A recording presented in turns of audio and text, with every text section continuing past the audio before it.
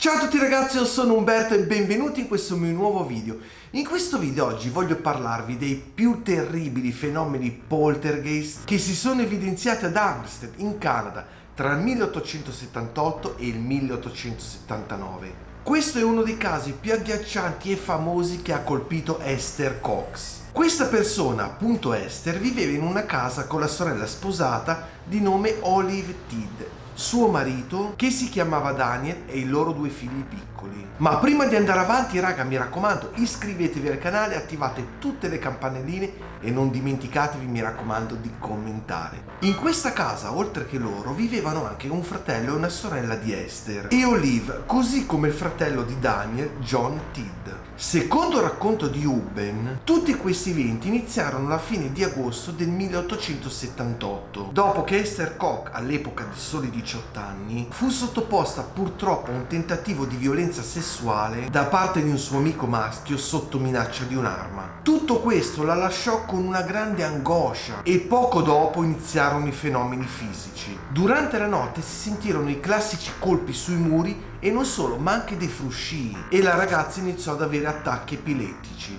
Ovviamente quello che sto per dirvi ora non c'entra assolutamente nulla con attacchi epilettici, perché sentite che cosa accadde. Il suo corpo si gonfiava e si sgonfiava in una maniera impressionante, ma soprattutto in maniera continua, e la sua temperatura corporea era congelata. Da quel momento in poi praticamente quasi tutti gli oggetti presenti in casa cominciarono a volare a destra e a sinistra. La famiglia, ovviamente spaventata e non sapendo che fare, chiamò un medico. Durante la sua prima visita agli occhi del medico i fenomeni paranormali non tardarono a farsi sentire, infatti le lenzuola si mossero proprio davanti ai suoi occhi. Ma non solo questo, si sentirono graffi e le parole "Esther Cox, sei mio da uccidere" che sono apparse sul muro accanto al letto di Esther. Il giorno seguente il medico somministrò ad Esther dei sedativi, ovviamente per calmarla ed aiutarla a dormire. Ma una volta somministrato questo sedativo, i rumori si fecero sempre più forti e sempre più agghiaccianti. Da lì a poco infatti cercarono di comunicare con questo spirito, con questa entità, e tutte le domande che loro facevano venivano intercettate in qualche modo da questa entità, ovvero questo spirito gli rispose o contemporaneamente alla formulazione della domanda o addirittura ancora prima che quelle persone facessero la domanda. Ovviamente si sa che gli spiriti sanno già cosa gli stiamo per chiedere. Comunque raga, andiamo avanti, perché questi fenomeni continuarono per mesi e divenne anche un fenomeno molto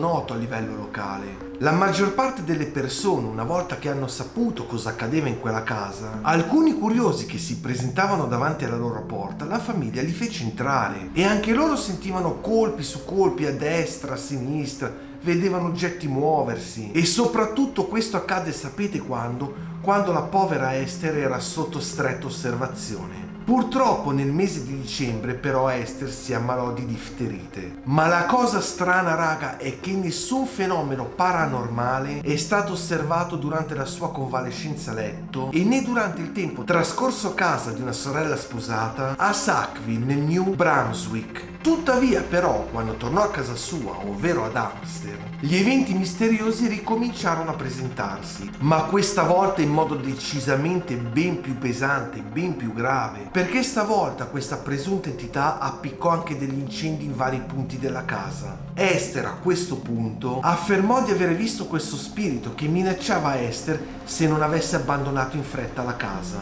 Nel gennaio del 1879 Esther si trasferì presso un'altra famiglia, ma le manifestazioni intorno a lei continuarono, non si fermarono, tanto che furono addirittura testimoniate da tutte le altre persone, e che tra l'altro alcune delle quali conversavano con questo spirito per cercare di capire meglio cosa volesse. Ma raga, fermiamoci soltanto per un attimo, apriamo bene le orecchie e sentite cosa sto per raccontarvi in questo momento. Alcune persone erano curiose e comprensive, mentre altri credevano che addirittura la stessa Esther fosse responsabile di tutti questi fenomeni. Infatti lei incontrò una certa ostilità nelle persone attorno a lei, ma non solo alcune presenti proprio vicino attorno dove abitava lei, anche proprio in tutto il paese. Pensate che la ragazza spesso e volentieri veniva schiaffeggiata, ma non solo, graffiata anche da questo spirito, e in un'occasione, non si capisce bene come, fu addirittura pugnalata alla schiena con un coltello a serramanico. L'interesse per questo caso cominciò a crescere a dismisura con la diffusione della notizia e alla fine di marzo Esther trascorse la maggior parte del tempo a St. John's nella New Brunswick, dove persone molto gentili finalmente cominciarono a farle domande e indagare un po' su di lei e sulla situazione. Purtroppo si scoprì che non fu solo un unico spirito a dar fastidio a Esther,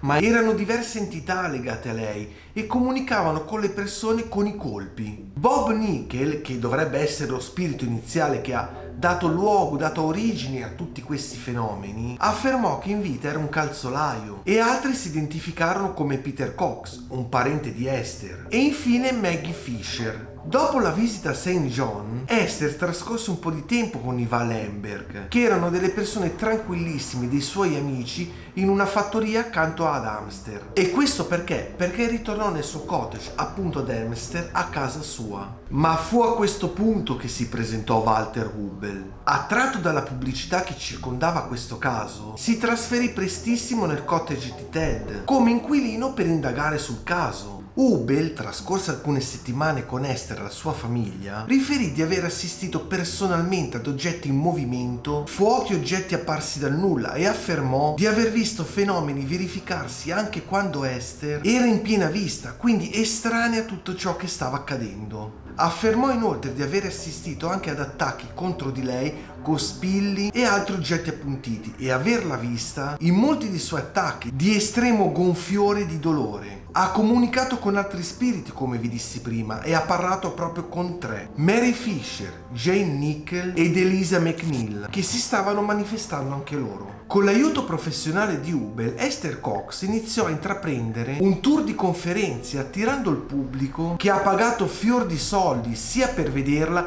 che per ascoltare la sua storia. Tuttavia, purtroppo ha incontrato alcune reazioni ostili, ma dopo essere stata disturbata durante una notte, queste conferenze le fece in un altro paese, in un paese vicino.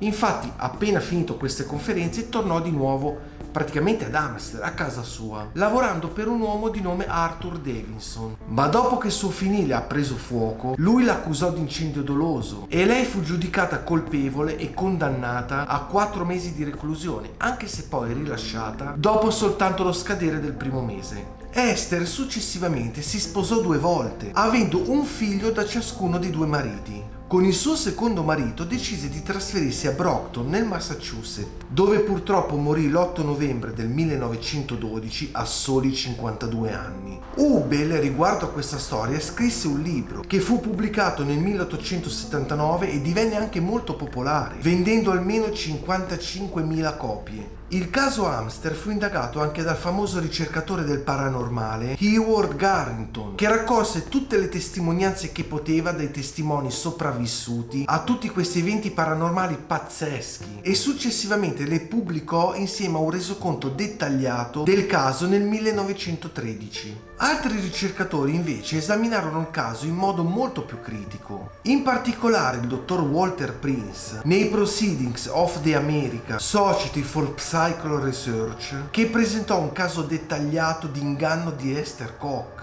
Prince ha notato che l'amico maschio di Esther, che aveva tentato di violentarla, in realtà era Bob McNeil e le presunte attività di poltergeist provocate da Bob Nickel sono iniziate solamente una settimana dopo l'aggressione. Egon Larsen, una volta che aveva fatto un riassunto di tutte le prove esaminate dal dottor Prince, ha scritto questo: tutte le prove raccolte dal dottor Prince sembrano indicare che Esther era più che semplicemente instabile, che era una psicopatica affetta da sintomi di doppia personalità e che lei stessa, o meglio una parte di lei, interpretava i poltergeist. Inoltre, la maggior parte dei cosiddetti resoconti dei testimoni avevano poco valore scientifico. Ci fu un solo beneficiario di tutta la frode: Walter Hubbell. Il testimone più inaffidabile naturalmente fu proprio Hubbell. A cosa sarebbe servito il suo libro se non avesse mai raccontato di avvenimenti straordinari? Non c'è alcuna conferma da parte di altri degli incendi che afferma di aver osservato, ma solo la sua stessa dichiarazione giurata, secondo cui lui effettivamente vide e udì fenomeni come dichiarati. Ragazzi, però a quello che ha scritto fermiamoci un attimo perché è davvero inquietante. Pensate che ancora tutt'oggi la scienza, come sappiamo tutti, non è riuscita ancora a dimostrare nulla, quindi non può assolutamente dire con prove assolute che sia vero o che non sia vero. Lo fanno solo gli scettici, ovviamente portando acqua al loro mulino e denigrando fatti e cose che in realtà potrebbero davvero essere accadute. Ma ricordiamo, raga, che nessuno può smentire o può confermare con assoluta certezza. Ma dopo questa parentesi andiamo avanti, perché Larson scrisse anche che la prima edizione del libro di Hubble affermava che la sua storia era stata pienamente confermata da tutta Hempstead, ovvero da tutti gli abitanti del paese, e non solo, anche da stranieri provenienti da molto lontano che hanno appunto assistito in prima persona a questi fenomeni. Ma purtroppo non ci furono prove di quanto fu affermato da ciascuna persona. Pensate che Larson dichiarò che Hubble aveva abbellito tutti questi fatti per far sì che il suo libro vendesse più copie e che sarebbe servito come eccellente pubblicità della sua carriera di attore. Larson ha anche citato una lettera di Arthur Davison che diceva che Hubble ha dipinto i fatti per vendere il suo libro. Ragazzi, mettetemi nei commenti giù voi cosa ne pensate di tutta questa storia. Questo video per oggi finisce qui, io vi auguro un buon proseguimento e noi ci vediamo quando? Ovviamente prestissimo, come ho detto in qualche mio video precedente, quindi cosa dobbiamo fare? Stay tuned! Ciao raga!